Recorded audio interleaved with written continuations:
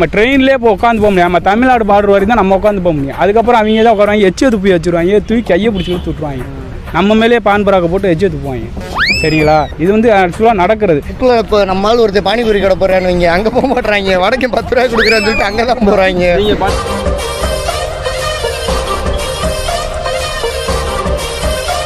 தமிழ்நாட்டில் புயல் ஹான்ஸு இதெல்லாம் வந்து தடை விதிச்சாங்க. அப்புறம் வந்து மறுபடியும் உத்தரவு கொடுத்துட்டாங்க சேல்ஸ் பண்ணலாம்னு. இதை பற்றி நீங்கள் என்ன நினைக்கிறீங்க? இது வந்து யாருமே டிரைவர்லேருந்து கட்டட வளர்க்குற வந்து எல்லாருமே குட்கா பொருள் யூஸ் பண்ணுறாங்க. எதுக்கு?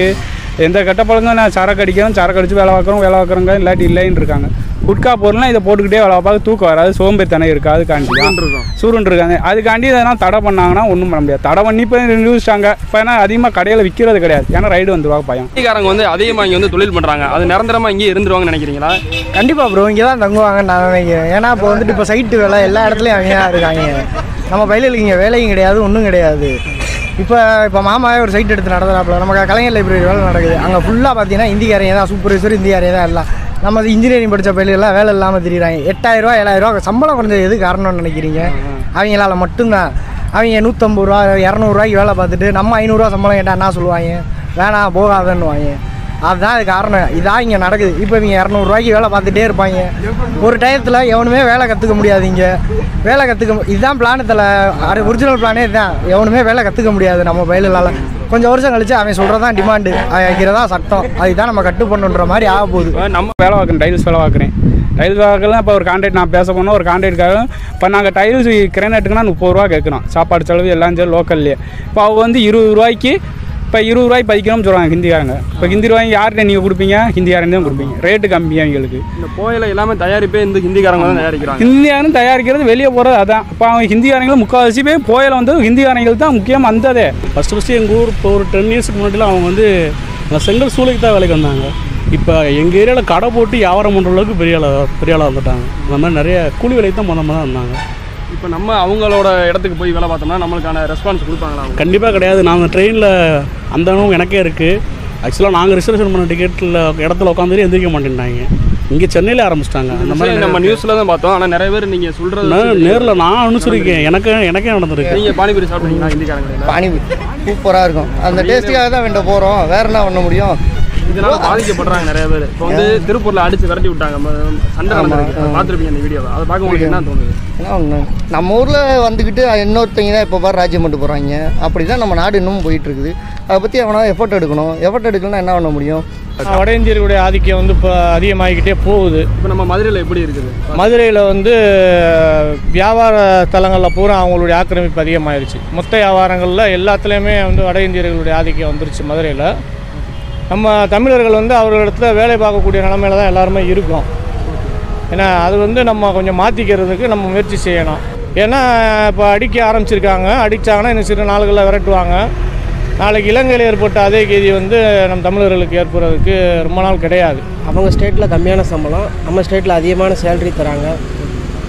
ஷெல்டர் அவங்களுக்கு பாதுகாப்பு குறைவிடம் தராங்க. கட்டட வேலை பானிபூரி வேலைன்னு வந்தாங்க. வந்து இப்போ ஒவ்வொரு மேனேஜ்மெண்ட்டுக்குள்ளேயும் உள்ளே வர ஆரம்பிச்சிட்டாங்க. வந்து இப்போ நமக்கான வேலை வாய்ப்புகள் குறைய ஆரம்பிச்சிருச்சு. ஏன்னா நம்மக்கிட்ட நம்மளுடைய பொருளாதாரத்துக்கு நம்ம ஸ்டேட் பொருளாதாரத்துக்கு தகுந்து நம்ம சேலரி வாங்குகிறோம், நம்ம உழைப்புக்கு ஏற்ற சேலரி வாங்குகிறோம்.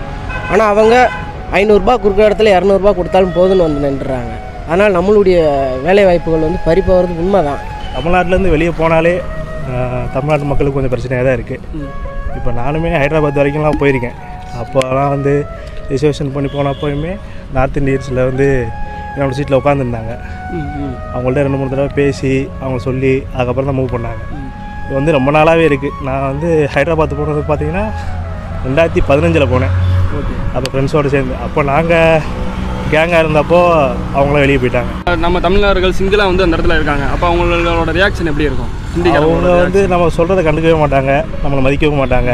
அவங்க இஷ்டத்துக்கு உட்காந்துட்டு ஒரு சிலவங்களுக்கு வந்து இங்கிலீஷ் புரியும், ஒரு சிலவங்களுக்கு புரியாது. அந்த நார்த் சைடில் இருக்கவங்களுக்கு வந்து எஜுகேஷனுமே கொஞ்சம் ரொம்ப கம்மியாக தான் இருக்கும்.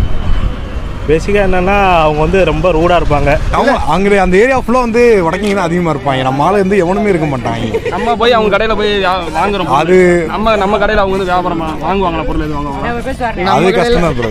நம்ம கடையில் நம்ம கடையிலாம் வந்துட்டு இப்போ எப்படி ப்ரோ சொல்கிறேன், பர்ச்சேஸ் பண்ண மாட்டாங்க. இப்போ ரெண்டே விஷயம் தான், அவங்க ஊரில் வந்து எடுத்து வந்து விற்கிறாங்க. அதே வந்து நம்ம எஃபோர்ட் போட்டோம்னா நம்மளே எடுத்து பண்ணலாம். அவங்களுக்கு இங்கே வேலையே இல்லாத மாதிரி நம்மளே பண்ணலாம். ஆனால் நம்ம ஊரில் அப்படி வந்து பண்ண மாட்டாங்க. அது எப்படி சொல்ல, ஒரு சோம்பேறித்தனமாக இருக்கிறனால ஆட்டோமேட்டிக்காக அவங்க உள்ளே வந்து இருக்கிற எல்லாத்தையும் வந்து ஆக்குப்பை பண்ணிடுறாங்க. அவ்வளோதான் விஷயம். இதில் வட இந்தியர்களுக்கு தான் அதிகமாக நடக்குது. இது சொல்லப்போனால் எப்படின்னா, தப்பாளத்தில் மத்தியானம் ஒரு 2 பைக்ஸ் வந்து கடை போடுவாங்க. ஒரு 3 மணிக்கு வருவாங்க, நைட்டு கிளம்பும்போது 11 மணி ஆகிடும். ஃபஸ்ட்டு ஒரே ஒரு பையன் தான் போட்டான். இப்போ ஒரு 3 மாதத்துக்கு முன்னாடி 2 பேர்த்த கூட்டி வந்து கடை போட்டிருக்கான். அதே இதில் நம்ம தமிழர்கள் 2 கடை தள்ளி போட்டிருக்காங்க. அவங்கள்ட்ட யாரும் அவ்வளோ சாப்பிட்றதில்ல. இவன்ட்டு அதிகமாக கூட்டும் போது அவன்கிட்ட அந்த டீசன்சி இருக்காது, எதுவுமே இருக்காது. ஆனால் அவன்கிட்ட அதிகமாக சாப்பிட்றாங்க. மாண்புமிகு தமிழக முதல்வர் அவர்கள் வந்து கட்டாயம் கட்டுப்படுத்துவாங்கன்ற நம்பிக்கை அனைவருக்குமே இருக்குது. ஏன்னா அவர் பல தடைகளுக்கு மத்தியில் இப்போ ஆட்சி செஞ்சுக்கிட்டு இருக்காரு. அதை நிச்சயம் உடைத்தெரிஞ்சு நிச்சயம் வந்து வட இந்தியர்களோட ஆதிக்கத்தை கட்டுப்படுத்துவார்னு நினைக்கிறோம். நீங்கள் ஒன்றும் இல்லை, நிறைய பெங்களூர் போயிட்டு வாங்க, தமிழ்நாட்டுக்காரனா ஒரு மாதிரி தான் பார்க்குறானுங்க. எல்லாரும் அவன் ஊரில் அவன் ராஜாவாக தான் இருக்கும். ஆனால் இங்கே ஒருத்தன் வர்றப்ப தான் எல்லாமே மாறுது.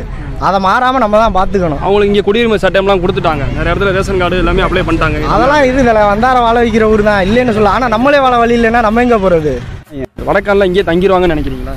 கண்டிப்பாக அது வந்து எல்லாத்துக்குமே ஒரு தெரு இருக்குது. இப்போ எல்லா தமிழ்நாடை பொறுத்தளவுக்கு இப்போ ஒரு ஏரியாவுக்குள்ளே போனோம்னா, இப்போ மதுரைக்குள்ளே போய் ஊர் பேர் சொல்லி கேட்டு போவோம். அந்த ஊருக்கு போனால் அந்த பிள்ளையார் தெரு இருக்குது, தேவர் தெரு இருக்குது, சாவடி தெரு இருக்குது, எல்லா தெரு அது மாதிரி வடக்கான் தெருன்னு வந்து கண்டிப்பாக வந்துடும். தெரு எல்லா ஊருக்கு வரத்தான் போகுது. தமிழ்நாட்டில் அவங்க வந்து ஆள்றாங்கன்னா அது வந்து நம்ம ரொம்ப இது ஆளை விடக்கூடாது. அதுதான் நம்மளோட இது எய்மு.